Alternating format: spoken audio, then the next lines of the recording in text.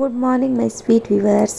So ಈ ದಿನದ today special, ಈ ದಿನ ಅಂದರೂ ಒಂದೇ, ಟುಡೇ ಅಂದರೂ ಒಂದೇ ಅಲ್ವಾ? ಸೊ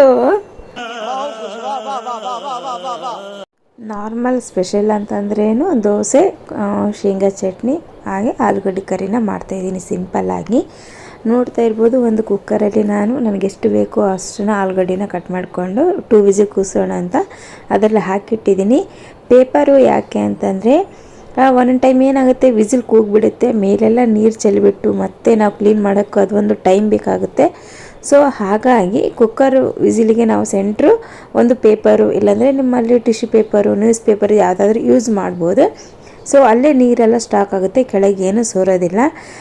ನೆಕ್ಸ್ಟ್ ಇನ್ನೊಂದು ಪ್ಯಾನಿಗೆ ನಾನು ಏನು ಹಾಕ್ಕೊಂಡಿದ್ದೀನಿ ಅಂದರೆ, 1 ಟೀ ಸ್ಪೂನಷ್ಟು ಆಯಿಲ್ ಹಾಕ್ಕೊಂಡು ಸಾಸಿವೆ, ಜೀರಿಗೆ, ಕಡಲೆಬೇಳೆ ಹಾಗೆ ಉದ್ದಿನಬೇಳೆ ಹಾಕ್ಕೊಂಡಿದ್ದೀನಿ.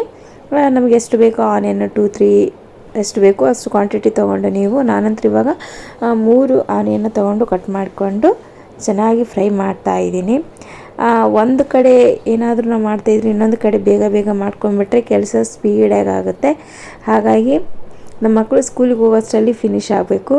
ಒಂದು ಕಡೆ ಆಲೂಗಡ್ಡೆನ ಬೇಕಿಟ್ಟಿದ್ದೀನಿ, ಮತ್ತೊಂದು ಕಡೆ ಆನಿಯನ್ನ ಫ್ರೈ ಮಾಡೋಕ್ಕಿಟ್ಟಿದ್ದೀನಿ, ಮತ್ತೊಂದು ಕಡೆ ಶೇಂಗಾ ಚಟ್ನಿ ಮಾಡಬೇಕಲ್ವ. ಹಾಗಾಗಿ ನಾನು ಹಸಿಮೆಣ್ಸಿಕಾಯನ್ನ ಚೆನ್ನಾಗಿ ಕ್ಲೀನ್ ಮಾಡಿಬಿಟ್ಟು ತೊಳೆದು ಇಟ್ಕೊಂಡಿದ್ದೀನಿ. ಇದೆಲ್ಲ ಆದಮೇಲೆ ನೆಕ್ಸ್ಟ್ ಅದನ್ನು ಫ್ರೈ ಮಾಡೋಣ ಅಂತ. ಇವಾಗಿದು 2 ವಿಸಿಲು ಚೆನ್ನಾಗಿ ಬೆಂದಿದೆ, ನೋಡಬೇಕು. ಸ್ವಲ್ಪ 10 ಮಿನಿಟ್ಸ್ ಬಿಟ್ಟು ನೋಡೋಣ ಅಂತ ಇಟ್ಟಿದ್ದೀನಿ. ಯಾಕಂದರೆ ಅದು ಇನ್ನೂ ಒಳಗಡೆ ಗ್ಯಾಸ್ ತುಂಬಿಕೊಂಡಿರುತ್ತೆ, ಗ್ಯಾಸ್ ಎಲ್ಲ ಹವಾ ತುಂಬಿಕೊಂಡಿರುತ್ತೆ. ಸೊ ಅದೆಲ್ಲ ಹವಾ ಇಳಿದ ನಂತರ ನಾವು ಕುಕ್ಕರ್ನ ಓಪನ್ ಮಾಡಿದರೆ ನಡೆಯುತ್ತೆ.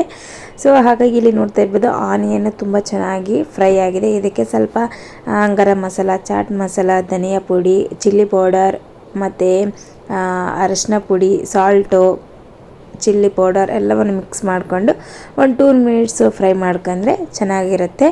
ನೆಕ್ಸ್ಟ್ ಈ ಒಂದು ಕಡೆ ನಾನು ಚಟ್ನಿನ ಚೆನ್ನಾಗಿ ಸಾರಿ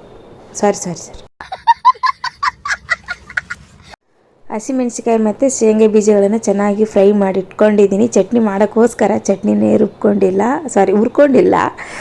ಸೊ ಇವಾಗ ಮೆಣಸಿಕಾಯಿ, ಶೇಂಗಾ, ಹುಣಸೆಹಣ್ಣು, ಬೆಳ್ಳುಳ್ಳಿ, ಜೀರಿಗೆ, ಕರಿಬೇವು ಎಲ್ಲ ಹಾಕ್ಕೊಂಡು ಚೆನ್ನಾಗಿ ಫ್ರೈ ಮಾಡಿ, ನೆಕ್ಸ್ಟು ಇದಕ್ಕೆ ಕೊಬ್ಬರಿ ಆದರೂ ಹಾಕ್ಕೋಬೋದು, ಇಲ್ಲಾಂದರೆ ಪುಟಾಣಿ ಬರುತ್ತೆ ಅಲ್ವಾ, ಅದಾದರೂ ಯೂಸ್ ಮಾಡ್ಕೋಬೋದು. ನಾನು ಇದಕ್ಕೆ ಕೊಬ್ಬರಿನ ಯೂಸ್ ಮಾಡಿದ್ದೀನಿ, ಚೆನ್ನಾಗಿ ಫ್ಲೇವರ್ ಕೊಡುತ್ತೆ ಅಂದ್ಕೊಂಡು. ನೆಕ್ಸ್ಟು ನೋಡ್ತಾ ಇರ್ಬೋದು, ಆಲೂಗಡ್ಡೆ ಕೂಡ ಚೆನ್ನಾಗಿ ಸ್ಮ್ಯಾಶ್ ಆಗಿದೆ. ಸೊ ಆನಿಯನ್ ಒಳಗೆ ಮಿಕ್ಸ್ ಮಾಡ್ಕೊಂಡಿದ್ದು ನೋಡ್ತಾ ಇರ್ಬೋದು. ಪಾತ್ರೆಗಳು ತುಂಬ ಇತ್ತು, ಪಾತ್ರೆಗಳನ್ನು ವಾಶ್ ಮಾಡಿ ಇಟ್ಟಿದ್ದೀನಿ. ಇವಾಗ ಆಲೂಗಡ್ಡೆ ಕರಿ ರೆಡಿ ಆಯಿತು, ಕೋಕೋನಟ್ ಚಟ್ನಿ ರೆಡಿ ಆಯಿತು. ದೋಸೆ ಹಿಟ್ಟಿಗೆ 1 ಚಿಟಿಕೆಯಷ್ಟು ಸೋಡಾ ಪುಡಿ, 1 ಚಿಟಿಕೆಯಷ್ಟು ಉಪ್ಪು ಹಾಕ್ಕೊಂಡು ಇವಾಗ ಚೆನ್ನಾಗಿ ಮಿಕ್ಸ್ ಮಾಡಿಕೊಡ್ತಿದ್ದೆ, ಯಾಕಂದರೆ ದೋಸೆ ತುಂಬ ಸಾಫ್ಟಾಗಿ ಬರುತ್ತೆ. ಇವಾಗ ಬನ್ನಿ ದೋಸೆ ಹಾಕ್ತಾಯಿದ್ದೀನಿ. ಯಾವ ರೀತಿ ನಾನು ದೋಸೆ ಹಾಕ್ತೀನಿ, ಮಸಾಲೆ ದೋಸೆ ಆ್ಯಂಡ್ ಕ್ರಿಸ್ಪಿ ದೋಸೆ ಅಂತಲೇ ಹೇಳ್ಬೋದು. ಪ್ಯಾನ್ ಕೂಡ ಚೆನ್ನಾಗಿ ಕಾದಿದೆ. 1 ಟೀ ಸ್ಪೂನಷ್ಟು ನೀರನ್ನ ಇದಕ್ಕೆ ಸ್ಪ್ರೆಡ್ ಮಾಡಬೇಕು. ಟುಶ್ ಅಂತ ಬಂದಮೇಲೆ ಇದಕ್ಕೆ ನಾವು ದೋಸೆನ ಉಯ್ಬೇಕು. ನೋಡಿ ಎಷ್ಟು ಚೆನ್ನಾಗಿದೆ. ದೋಸೆ ಹಿಟ್ಟು ಕೂಡ ಚೆನ್ನಾಗಿದ್ದರೆ ದೋಸೆ ಆಟೋಮೆಟಿಕ್ಕು ಚೆನ್ನಾಗಿ ಬಂದೇ ಬರುತ್ತೆ. ಇವಾಗ ನೋಡಿ, ಹೋಟೆಲ್ ಸ್ಟೈಲಲ್ಲಿ ಕ್ರಿಸ್ಪಿ ಮಸಾಲೆ ದೋಸೆ ಸಿಂಪಲ್ಲಾಗಿ ಟೇಸ್ಟಾಗಿ ಸಖತ್ತಾಗಿ ರೆಡಿಯಾಗಿದೆ. ಇವಾಗ ನಾವು ಬಂದಾಗ ಬಿಸಿ ಬಿಸಿ ಮಾಡಿಕೊಟ್ರೆ ಅವ್ರಿಗೂ ತುಂಬಾ ಖುಷಿ ಆಗುತ್ತೆ. ರೈನಿ ಟೈಮಲ್ಲಿ ಈ ರೀತಿ ಕ್ರಿಸ್ಪಿಯಾಗಿರುವಂಥದ್ದು ಹಾಕ್ಕೊಟ್ರೆ 1-2 ತಿನ್ನೋರು 5-6 ಜಾಸ್ತಿನೇ ತಿಂತಾರೆ. ಯಾಕಂದ್ರೆ ಟೇಸ್ಟ್ ಚೆನ್ನಾಗಿದ್ರೆ ಎಲ್ಲರೂ ತಿಂತಾರೆ. ಇವಾಗ ನನಗೂ ತುಂಬ ಹಸುವಾಗ್ತಿದೆ ಕಣ್ರಿ. ಇಷ್ಟೊತ್ತು ನಾನು ಎಲ್ಲರಿಗೆ ಮಾಡಿಕೊಟ್ಟಿದ್ದೀನಿ, ಇವಾಗ ನಾ ತಿನ್ನಬೇಕಲ್ವ. ಸೊ ನನ್ನ ಪ್ಲೇಟಿಗೆ ಸರ್ವ್ ಮಾಡ್ಕೊಂಡು ಇವಾಗ 1 ಬ್ಯಾಟಿಂಗ್ ಬಾರಿಸ್ತಾ ಇದ್ದೀನಿ. Crispy masala dosa ready to serve. I am eating dosa guys.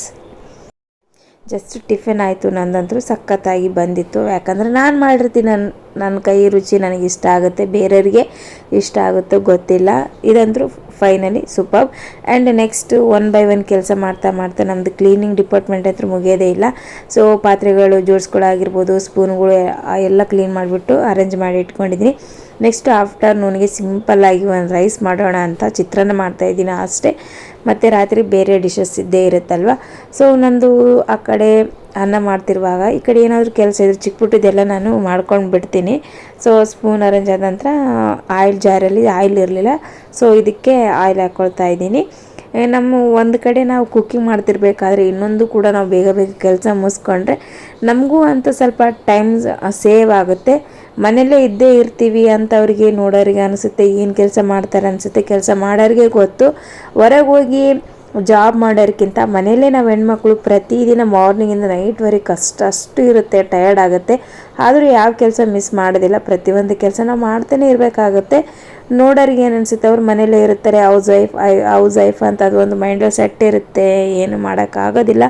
So outside ದುಡಿಯೋರಿಗೆ salary ಸಿಗುತ್ತೆ. ನಮಗೆ ಸ್ಯಾಲ್ರಿ ಅನ್ನೋದಕ್ಕಿಂತ ನಾವು ಮಾಡಿರುವಂಥ ಅಡುಗೆ ಆಗಿರ್ಬೋದು, ನಾವು ಮಾಡಿರೋಂಥ ಕೆಲಸಗಳು ನಮ್ಮ ಮನೆಯವರು ಅಪ್ರಿಷಿಯೇಟ್ ಮಾಡಿದರೆ, ಖುಷಿ ಪಟ್ಟರೆ ಅದೇ ಒಂಥರ ನಮಗೆ ಸ್ಯಾಲ್ರಿ ಇದ್ದಂಗೆ. ಸೊ ಇವಾಗ ಒನ್ ಬೈ ಒನ್ ನೆಕ್ಸ್ಟ್ ಕ್ಲೀನಾಗಿ ಮಾಡ್ಕೊಳ್ತಾ ಇದ್ದೀನಿ. ರೈಸ್ ಕೂಡ ಮಾಡ್ತಾಯಿದ್ದೀನಿ. ಫಸ್ಟು ರೈಸ್ ಮಾಡ್ಕೊಂಡ್ಬಿಟ್ರೆ ಸ್ವಲ್ಪ ಹಾರಿದರೆ ಮಿಕ್ಸ್ ಮಾಡಿದರೆ ಚೆನ್ನಾಗಿ ಉದುರಾಗಿರುತ್ತೆ. ಸೊ ಹಾಗಾಗಿ ಮತ್ತೊಂದು ಕಡೆ ನಾನು ಪ್ಯಾನ್ಗೆ ಸ್ವಲ್ಪ ಚಿತ್ರಾನ್ನಕ್ಕೆ ಏನೇನು ಬೇಕು ಎಲ್ಲವನ್ನು ರೆಡಿ ಮಾಡ್ಕೊಳ್ತಾ ಇದ್ದೀನಿ. ನಮ್ಮ ಮನೇಲಿ ಡೈಲಿ ಬಸಿದಿರೋ ಅನ್ನನೇ ಜಾಸ್ತಿ ಊಟ ಮಾಡ್ತಾರೆ, ಹಾಗಾಗಿ ನಾವು ಈ ರೀತಿ ಮಾಡ್ತಾ ಇರ್ತೀವಿ. ಎಲ್ಲರೂ ತುಂಬ ಜನ ಕೇಳ್ತಾ ಇದ್ರಿ ಈ ರೀತಿ ಮಾಡ್ತೀರಲ್ವಾ ಅಂತ. ಸೊ ಅವ್ರವ್ರ ಮನೇಲಿ ಯಾವ ರೀತಿ ಊಟ ಮಾಡ್ತಾರೆ ಅದೇ ರೀತಿ ನಾವು ಮಾಡಬೇಕಾಗತ್ತೆ. ನಾನು ಕೂಡ ಸ್ವಲ್ಪ ಕೆಲಸ ಇತ್ತು, ಔಟ್ಸೈಡು ಹೋಗಬೇಕಿತ್ತು, ಹಾಗಾಗಿ ಕ್ವಿಕ್ಕಾಗಿ ಆ್ಯಂಡು ಅವ್ರಿಗೇನು ಇಷ್ಟ ಆಗುತ್ತೆ ಅದು ಅಂತ ಮಾಡೋಣ ಅಂತ ಜೀರಾ ರೈಸ್ ಆಗಿರ್ಬೋದು, ಪುಳಿಯೋಗರೆ, ಮಸಾಲೆ ರೈಸು, ಟೊಮೊಟೊ ಬಾತು. ಸೊ ಸ್ಪೀಡಾಗಿ ಆಗುತ್ತೆ ಕೆಲವೊಂದಿಷ್ಟು ರೆಸಿಪಿ. ಆದರೆ ಮನೆಯವರು ಯಾವುದು ಟೇಸ್ಟ್ ಜಾಸ್ತಿ ತಿಂತಾರೆ ಅದರ್ವೈಸ್ ನಾವು ಮಾಡಬೇಕಾಗತ್ತೆ. ನಾನು ಕೇಳಿದೆ, ಸೊ ಚಿತ್ರಾನ್ನ ಮಾಡಿಬಿಡಿ ಸಿಂಪಲ್ಲಾಗಿ, ನಮಗೆ ಬೇರೆ ಏನಷ್ಟು ಸೆಟ್ ಆಗಲ್ಲ ಅಂದರು. ಹಾಗಾಗಿ ನನಗೂ ಕೆಲಸ ಇತ್ತಲ್ವ, ಕ್ವಿಕ್ಕಾಗಿ ಯಾವುದಾಗುತ್ತೋ ಆ ರೆಸಿಪಿ ಮಾಡಿ ಹೋಗೋಣ ಅಂತ ಇವಾಗ ಒಂದು ಬೌಲಲ್ಲಿ ಹುಣಸೆನ ನೆನೆಗೆ ಇಟ್ಕೊಂಡಿದ್ದೀನಿ. ನೆಕ್ಸ್ಟು ಪ್ಯಾನಲ್ಲಿ ಒಂದು 2 ಸ್ಪೂನಷ್ಟು ಆಯಿಲ್ ಹಾಕ್ಕೊಂಡು ಅದಕ್ಕೆ ಓಂಕಾಳು, ಸಾಸಿವೆ, ಕಡಲೆಬೇಳೆ, ಶೇಂಗಾ, ಉದ್ದಿನೆಬೇಳೆ, ಹಸಿಮೆಣ್ಸಿಕಾಯಿ, ಕೊತ್ತಂಬರಿ ಸೊಪ್ಪು ಎಲ್ಲವನ್ನು ಒಗ್ಗರಣೆ ಕೊಡ್ತಾಯಿದ್ದೀನಿ. ಇನ್ನೊಂದು ಏನಪ್ಪ ಅಂತ ಅಂದರೆ ನನಗೆ ಅರ್ಜೆಂಟು ಹೋಗೋಷ್ಟರಲ್ಲಿ ಹುಣಸೆ ಹುಳಿ ಹಿಂಡೋದನ್ನೇ ಮರ್ತುಬಿಟ್ಟಿದ್ದೀನಿ.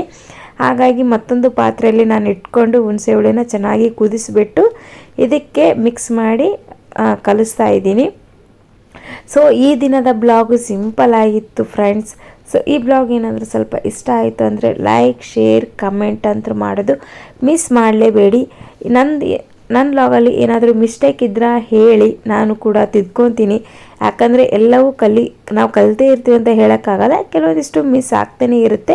ಸೊ ನೀವು ಹೇಳಿದ ಮೇಲೆ ನಮಗೂ ಅರ್ಥ ಆದರೆ ನಾವು ಕೂಡ ಇನ್ನೂ ಸ್ವಲ್ಪ ಕಲಿಯೋಕ್ಕೆ ಟ್ರೈ ಮಾಡ್ತಾ ಇರ್ತೀವಿ. ಈ ಬ್ಲಾಗ್ನ ಇಲ್ಲಿಗೆ ಎಂಡ್ ಮಾಡ್ತಾಯಿದ್ದೀವಿ. ನೆಕ್ಸ್ಟ್ ಬ್ಲಾಗ್ ಜೊತೆ ಬರ್ತೀನಿ ಅಂತ ಹೇಳ್ತಾ ಅಲ್ಲಿವರೆಗೂ ಟಾಟಾ ಬಾಯ್.